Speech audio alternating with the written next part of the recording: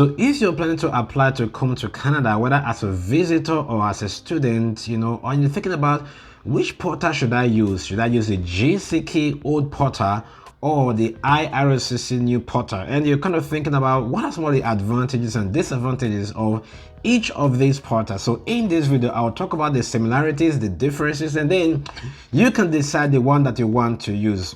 Number one, let's talk about the sign in terms of creating account. For the old portal, you have to, they're going to ask you some set of questions and some, questionnaire and some security questions. And then you can choose a username. And with that username, you can choose a password and then log in. With the new portal, it's almost the same thing. The only difference is that with this, you first have to register and they will send a reference code to your email. It is that reference code you're going to use to do your sign. And for this new portal, you're going to mostly be using your email address and a password to sign in. So I would say in terms of these, there is no advantage or disadvantage of one over the other, right? They're very similar.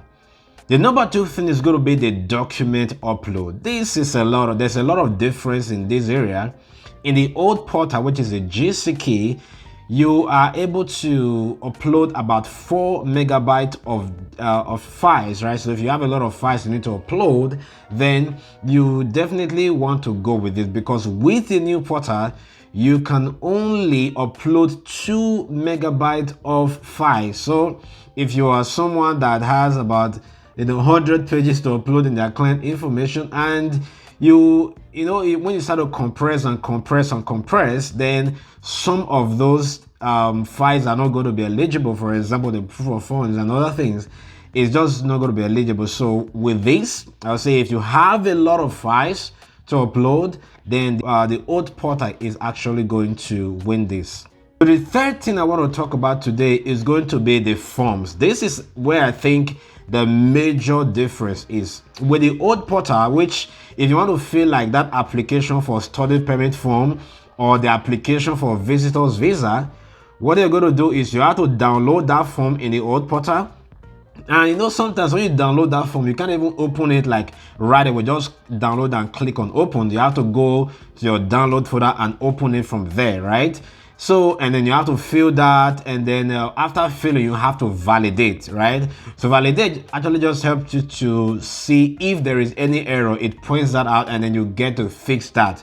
If you want to do the application for temporary resident form, the TRV, the 5257B form, you have to download that. That's how you have your travel history and other things.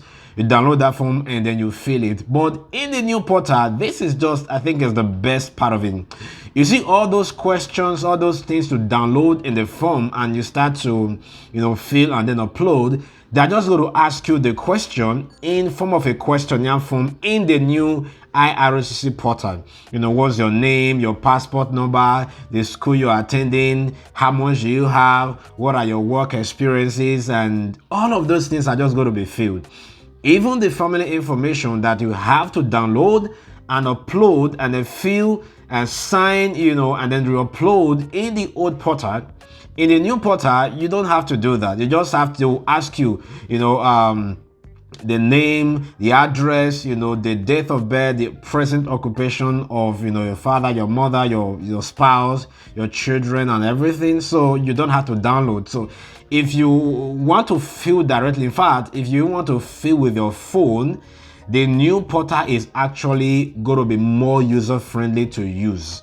Because with the old portal, you can't even, there are a lot of computers that can't even open that PDF. So if that is the situation you are not able to open that phone, maybe because of you have a tablet that don't have that Adobe Reader to open, I would say try to use the new portal, because you can actually fill all of those information directly in the form. And then let's talk about the digital photo. In the new portal, you have to upload digital photo, right? So digital photo is more like your Canada's passport size photograph. It can be a white background. But in the new portal, the first time I used it, I was actually surprised that they did not request for digital photograph to be uploaded. Okay, so that's about it. Now, the next thing is going to be the processing time. Well, it is very difficult to say which of them is faster.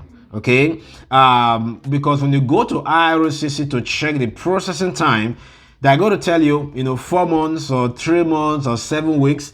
They're not going to tell you old portal is 7 weeks and the new portal is 3 weeks, right? So there's really not a lot of difference. Although in time past, I heard of someone saying they applied for a visiting, and then in the old portal, and it was taking like forever, almost like 6 months to 8 months. They did not hear from them, and then I think they canceled that, and then they applied in the new portal, and within a month plus they got feedback for the visitor's visa.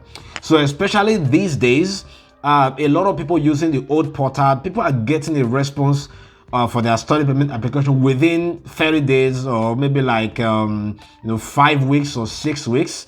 I haven't seen anyone that is more than 2 months in recent times. So even with the new portal is almost still the same, that 30 days and 5 weeks as the case may be. So processing time, I would think they are pretty much the same. Another difference between these two is that with the old portal, after filling up all the application, you cannot download the application summary. But with this new portal, after filling everything and submitting, you can actually download the whole application summary, and then you'll be able to view it again. I mean, even since you've already submitted, so if you've made a mistake, you might not be able to correct it because the application is submitted, but at least you can download the application summary and then view everything, see all the questionnaires that you answer. So I think that is a very good reference point, maybe for future applications, right? Instead of going to, because with the IRCC, once you've uploaded the documents, the old portal, you cannot really see the you cannot even download them. Although in the new portal, once you've uploaded the documents, you can see the list of documents, you still cannot download them. Okay, so I think this application summary is a little bit different between the two portals. Let's talk about some of the similarities between the old and the new portal. So as for emphasis, the new portal is the IRCC portal and the old portal is the GCKey. Okay, in terms of the fees, so there is no one that is actually cheaper. So whether you're using the old or the new, the study permit application fee is the same, $235. As at the time this video is filmed, so I don't know if they're going to change it in the future, but it's been, I think, since I started doing application in 2016 or 17, it hasn't changed. So I don't know if it's going to change in the future, but for now, the fees is $235 for your visa fee and the biometric fees in both of the portal. And in terms of the things that you have to upload in the new portal, you also have to upload your admission letter. You have to upload your international passport in both of the portals. You have to upload the document for the proof of funds in both portals. And if you've done medicals as well, you have to upload that in both of the portals.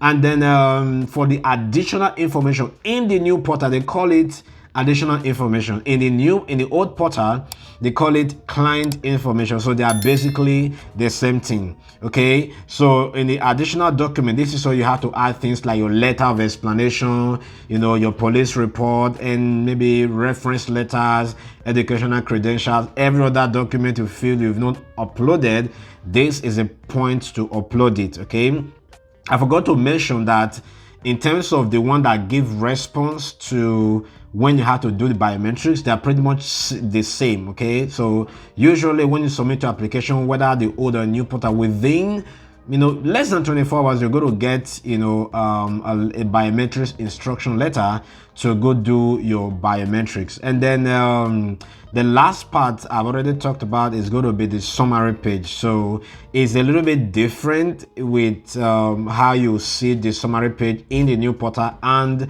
the old portal, but overall I think they are the same. So if you try to decide which of them you should use, think about all of the points that I've mentioned. Just to summarize, if you have a lot of documents to upload and you know that those documents, if you reduce the file size, that is, if you compress too much, is going to really decrease the quality, then the old portal is going to be better because you have about 4 mega megabyte of data, or sorry, megabyte size to upload your documents.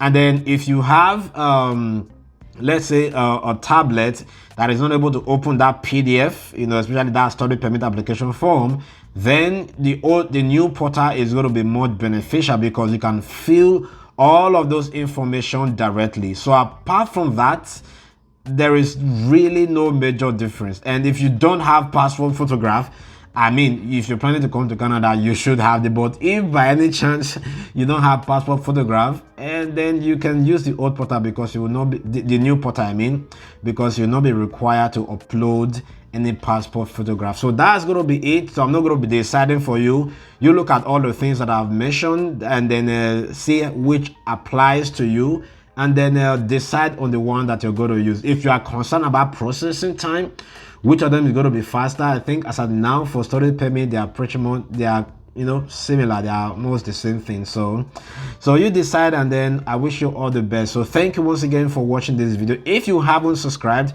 do it to hit that subscribe button so that whenever new videos are released, you'll be the first person to get notified. And also hit that like button. It's going to help YouTube algorithm to recommend this video to other people. Once again, thank you. I'll see you in the next video.